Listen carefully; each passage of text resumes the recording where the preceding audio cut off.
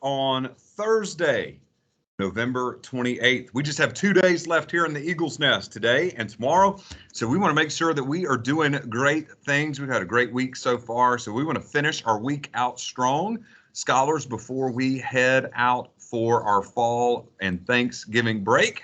And with that being said, next Monday and Tuesday are remote days. So what that means, scholars, is we won't have school, but your teachers will be sending home a little bit of work for you to complete. Don't worry, it won't be too much, but it will be good work for you to complete and review on Monday and Tuesday. So when you get back from our break, you turn that right in, and then you'll get started right back in the Eagle's Nest. So we'll talk a little bit more about that tomorrow on Friday when you receive that work. So, hey, let's make sure that we're following the Fairview 5. Hey, whether we're in pre-K, whether we're in 5th grade, whether we're in 3rd grade, whether we're in art class, whether we're in recess, it doesn't matter. We want to make sure we're following the Fairview 5 everywhere we go.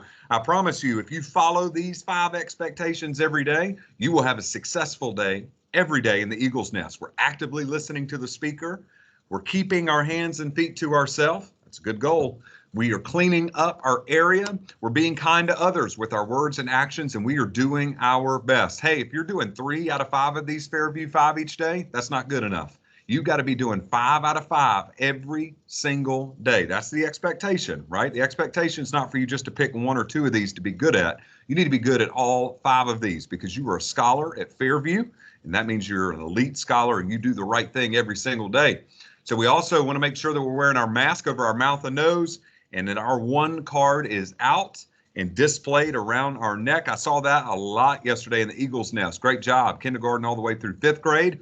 A couple scholars had it in their pocket though. So let's make sure that we have those 1 cards around our neck at all times. And if you need another one, then you need to let us know. Let your teacher know that you need one, and we will get you one and talk to you about how that works. So, hey, we've been talking about Native American Heritage Month, and as we close out that unit, just to review, there are 8 tribes that are represented, Native American tribes here in the state of North Carolina. Well, we got to talk about 4 of those tribes here on morning announcements: the Kohari tribe, the Lumbee tribe, the Marian tribe, Indian tribe. So we've been able to talk about quite a few of those tribes on morning announcements. And then we also got to take a look at where those tribes are, or where those tribes are in North Carolina. So we looked at our county map. There's over 100, well, not over, there's right at 100 counties in North Carolina.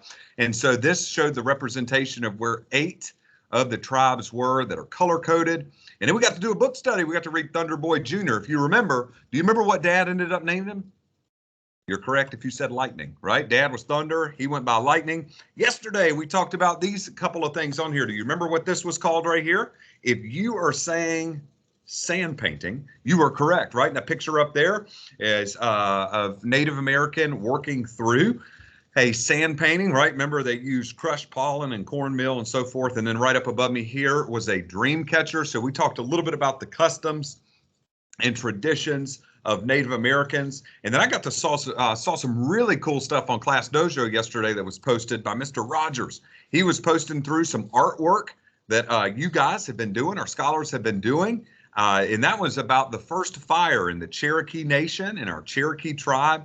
But that was really cool to see some of the artwork that you guys are doing inside of the Eagle's Nest in art. So shout out to Mr. Rogers for posting that so our families could see it, but also so we could see the awesome artistic and creativity work of our scholars. And I think it was kindergarten scholars that I got to see. And I was like, man, there's some pretty good artists that we've got here in the Eagle's Nest. So great job with that. So we also closed out yesterday, and I want to close out our morning announcements today with the same thing we did yesterday, and then one more slide after this. So first off, we want to make sure, scholars, that we're telling ourselves every single day that we can do things, that we are smart, we are creative, we are strong. Hey, that word creative, I saw it yesterday with that artwork that I was just telling you about from some of our kindergartners, right? Doing great work. You are creative. You can do great things, right? Saying the word I can't and I won't, man, that's not going to work here in the Eagle's Nest. We got to have a mindset that we can be successful, because you will be successful. And it all starts with your expectation level.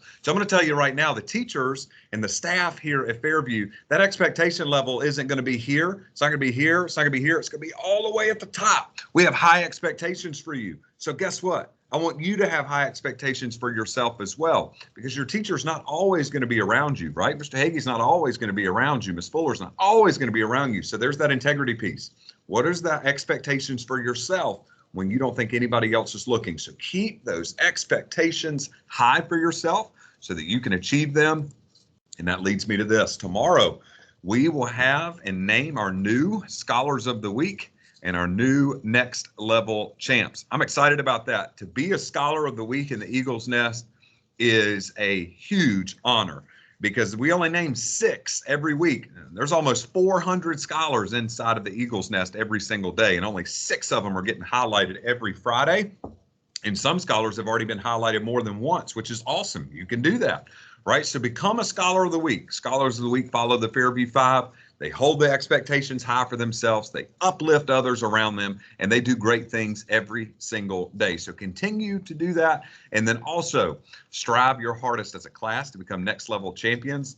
I know 3rd grade and 1st grade has enjoyed the cafeteria. 1st grade this week, 3rd grade last week. So will it be 1st grade the week that we get back from break? Will it be 3rd grade again, or will it be a new grade level? So I'm excited to see who our cafeteria staff chooses to have that awesome award.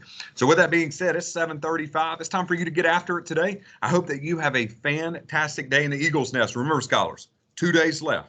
So you can make the most out of these 2 days by doing great things, following the Fairview 5, wearing your mask, your 1 card, uplifting others, and really getting after it in class. Remember to be great because you are great. I hope you have an excellent day, and I look forward to seeing you in action.